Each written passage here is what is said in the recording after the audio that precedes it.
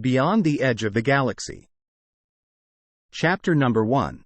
The Unknown Sector. The ionic thrusters on the spaceship hummed as they propelled it through the vast emptiness of space. Captain Jackson looked out the window, his face set in a determined expression. He had traveled through many sectors, facing all manner of dangers, but this was going to be different. The space map had indicated a small sector, uncharted and with no known inhabitants. Jackson's curiosity had piqued upon seeing it, and he had convinced his crew to journey there. As they hurtled through space, Jackson looked over his crew. They were all experts in their field. He had handpicked them himself for this mission. Sergeant Chen was in charge of security, ensuring the ship and the crew were safe at all times. Dr. Davis was responsible for medical emergencies, and Scout Rodriguez kept an eye on the navigation console. Finally, Engineer Olvera ensured the spaceship was always in top condition. Jackson turned to the console and typed in some coordinates. They were getting close to the sector, and he wanted to be prepared for any surprises. Suddenly, there was a blip on the radar, indicating an object was in their path. He shouted to the crew, "Brace for impact." The spaceship shook as it came into contact with the unknown object.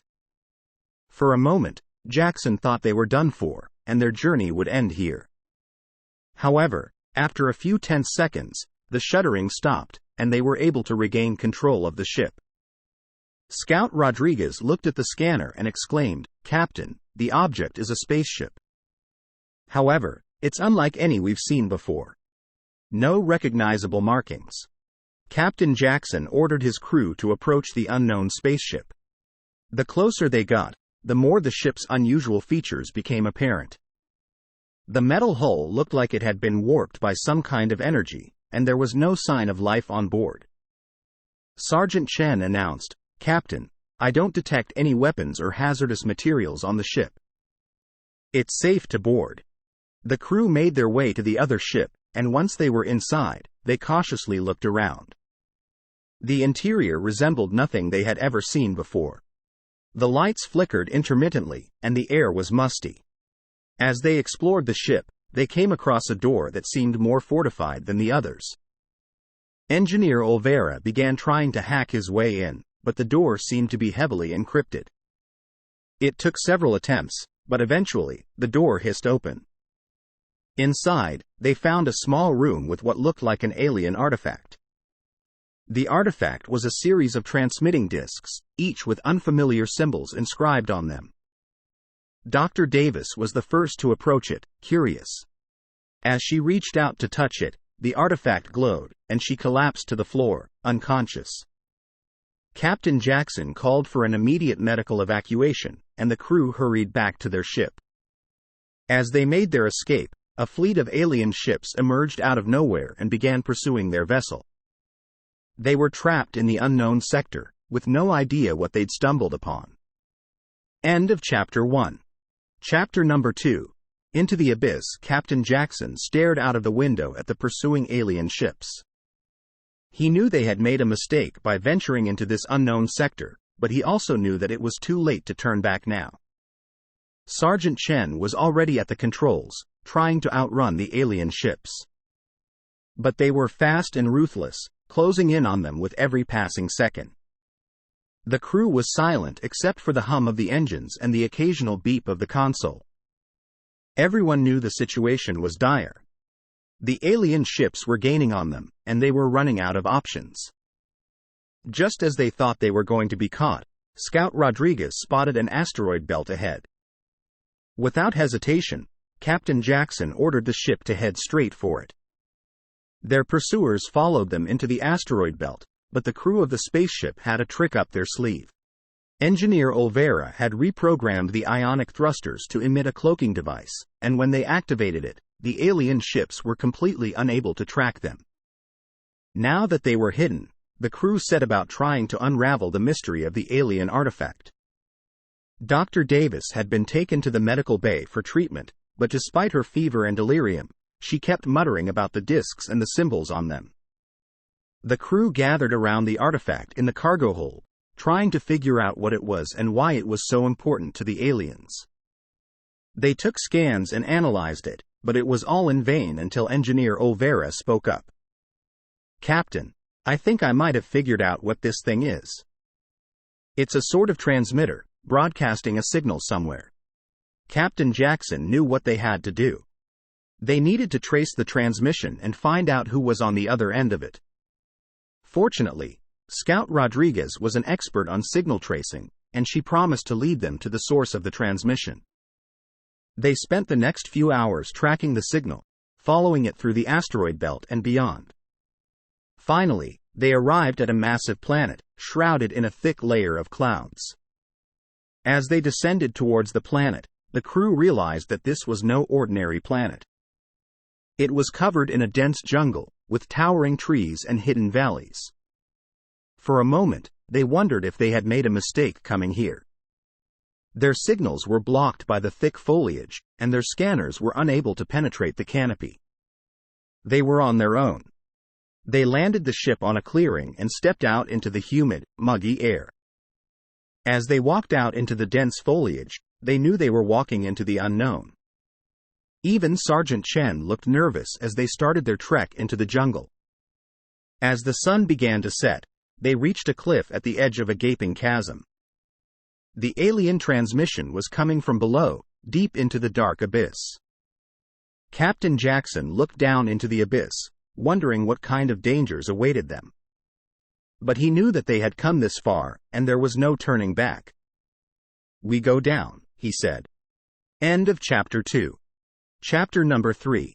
The Void. Captain Jackson led the way down the cliff, with Scout Rodriguez bringing up the rear, scanning for any signs of danger. They descended slowly and carefully, their boots crunching on the loose gravel and rock. The abyss was more like a tunnel than a chasm, with steep walls that seemed to go on forever. The air was cold and damp, and each step echoed through the darkness. As they descended deeper, the crew realized that the walls were not actually made of rock, but some kind of metallic alloy. With a sudden realization, they understood that they had stumbled upon something truly incredible. This was not just some unknown sector, but an entire civilization hidden beneath the surface of the planet. Eventually, they reached the bottom of the abyss, where they found a massive cavern. In the center of the cavern was an enormous black monolith, crackling with energy. As they approached the monolith, the crew felt the tingling of the energy coursing through them. Scout Rodriguez scanned the area, and her readings revealed a pocket of space-time distortion surrounding the monolith. The monolith was also the source of the alien transmission, and it appeared to be intergalactic in scale. Dr. Davis, who had recovered from her fever, approached the monolith, feeling drawn to it in a way she could not explain.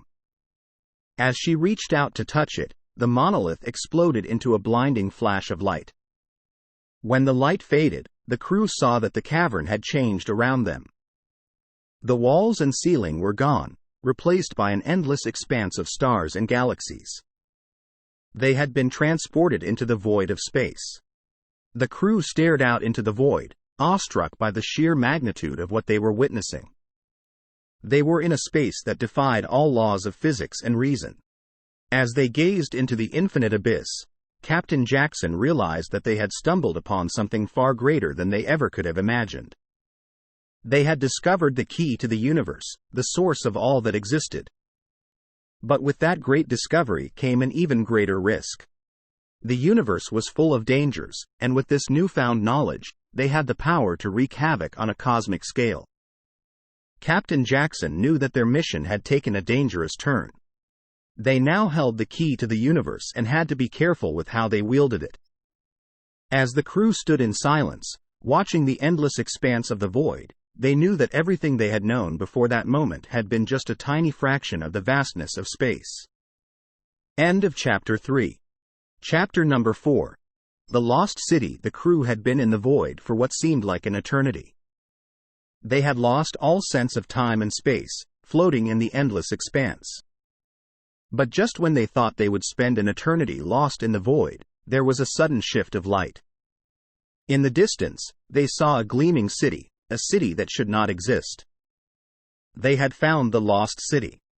The city was surrounded by a glowing shield, and it looked as if the city was suspended in midair, floating in the void. Captain Jackson ordered the crew to dock the ship at the nearest landing pad within the shield. They were all eager to find out what lay within this city, to discover its secrets and to answer the questions that had been gnawing at them since they first set eyes on the alien artifact. As they made their way into the city, they found themselves surrounded by towering buildings made of unfamiliar materials, each one more magnificent than the last. The air was thick with a strange energy, pulsing with a life of its own. Dr. Davis was the first to notice the inhabitants of the city. They were nothing like anything she had ever seen before. Their limbs were elongated, and their heads were large, with eyes that glowed with a strange light. At first, she thought them to be aliens, but upon closer inspection, they appeared more like beings from a parallel dimension.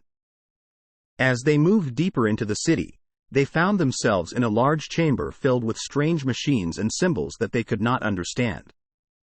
At the center of the chamber was a strange device that looked like some sort of control panel. Captain Jackson approached the panel, trying to make sense of it. He pressed a button, and suddenly, the chamber came to life. The machines hummed, and the symbols lit up, revealing a map of the entire universe. The crew stood in awe, realizing that the inhabitants of this city had mapped the universe long before humans even existed. Suddenly, the air thickened, and the ground began to shake. The crew realized that they had awakened something far greater than they ever could have imagined. They had disturbed the balance, and the cost of their intrusion would be paid in full. The inhabitants of the city surrounded them, and the crew braced themselves for what they believed to be the inevitable end. But, to their surprise, the beings started to bow down and chant. Scout Rodriguez translated their words, and the crew listened in amazement as they realized that these beings were not angry but instead were glorifying their presence. To them, the crew was a fulfillment of a long-held prophecy. Captain Jackson couldn't believe what he was hearing. They had stumbled upon a civilization that had mapped the entire universe and just so happened to be waiting for their arrival. The crew felt humbled, realizing that they were not just explorers but also bearers of a destiny they had never known. As they prepared to leave the city, their minds filled with new knowledge and understanding, they felt a sense of both wonder and fear. They now bore the great responsibility of being the chosen ones. End of Chapter 4. Chapter number 5. The Prophecy. Captain Jackson and his crew departed from the lost city, their minds full of new knowledge and profound understanding. They had stumbled upon a civilization that had mapped the entire universe and had been waiting for their arrival. As they made their way back towards their home planet, they couldn't help but feel a sense of unease. They knew that with great power came great responsibility, and the weight of the universe was now on their shoulders. But as they journeyed through the void, the crew began to realize that they were not alone in their newfound knowledge. They had been chosen to fulfill a prophecy, to bring balance to the universe and to protect it from the dangers that lurked within. They did not know who or what had prophesied their arrival, but they knew that they had to act upon it. They studied the map that they had found in the lost city, identifying the threats and the challenges that lay ahead. Scout Rodriguez suggested that they head to a nearby star system, where a rogue planet was heading straight for a populated world. With their newfound knowledge, the crew knew that they had to act fast. They arrived at the threatened planet, realizing that there was not much time left. Using their ship's advanced technology, they managed to create a force field that would deflect the rogue planet from its path. But they knew that they could not hold the force field for long. Captain Jackson and Sergeant Chen worked tirelessly to keep the force field up, while Dr. Davis and Engineer Olvera fine-tuned the technology. Scout Rodriguez acted as their eyes, watching the planet fall out of harm's way. For what seemed like an eternity, the crew worked in silence, their ship shaking under the pressure of the force field. But eventually, they succeeded, and the rogue planet was deflected. As they made their way back through space, the crew realized that they had fulfilled the prophecy. They had brought balance to the universe and had saved countless lives. Captain Jackson addressed his crew, thanking them for their skill and bravery. He knew that they had taken on a great responsibility, and he was proud to lead them. As the crew arrived back on their home planet, they were greeted as heroes, praised for their bravery and their astounding feat of saving the world from the rogue planet. But the crew knew that their work was far from over. They had been chosen for a greater purpose, and they would continue to protect the universe from the dangers that lurked within. As they prepared for their next mission, they knew that they had a destiny to fulfill, and they were ready to embrace it. End of Chapter 5.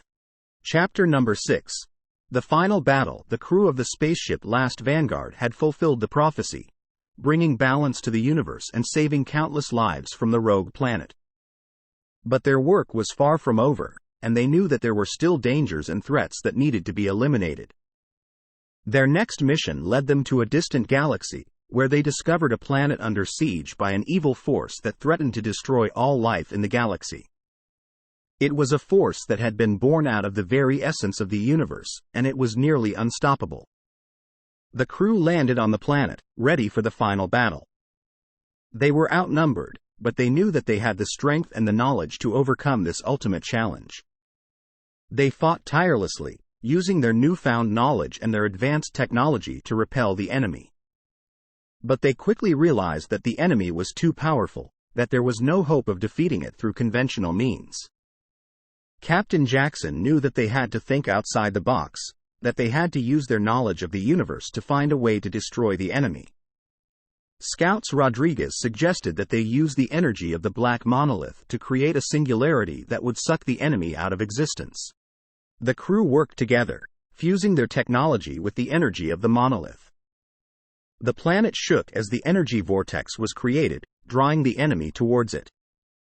In a final, epic battle, the crew fought against the enemy, pushing it towards the vortex. They knew that this was their last chance, that they had to succeed at all costs. Finally, with a deafening roar, the enemy was sucked into the vortex, disappearing from existence. The planet stabilized, and the crew of the Last Vanguard knew that they had saved countless lives. The crew clung together, battered and bruised, but victorious. They had overcome unimaginable odds and had defeated the greatest threat the universe had ever faced. Captain Jackson addressed his crew, thanking them for their bravery and their skill. He knew that they had fulfilled their destiny, and he was proud to lead them. As the crew made their way back home, they knew that their work was far from over. They had saved the universe from the brink of destruction, but there were still dangers lurking in the vast expanse of space. But they were ready for the challenge. They had been chosen to protect the universe, to bring balance to the chaos. They were the Last Vanguard, and they would continue to fight until the universe was safe. End of Chapter 6. Chapter number 7. The end and the beginning. The crew of the Last Vanguard had completed their mission, bringing balance to the universe and saving countless lives from destruction. They had fought battles beyond what they had ever imagined, using their knowledge of the universe and their advanced technology to overcome impossible odds. As they made their way back to their home planet, they knew that they had fulfilled their destiny.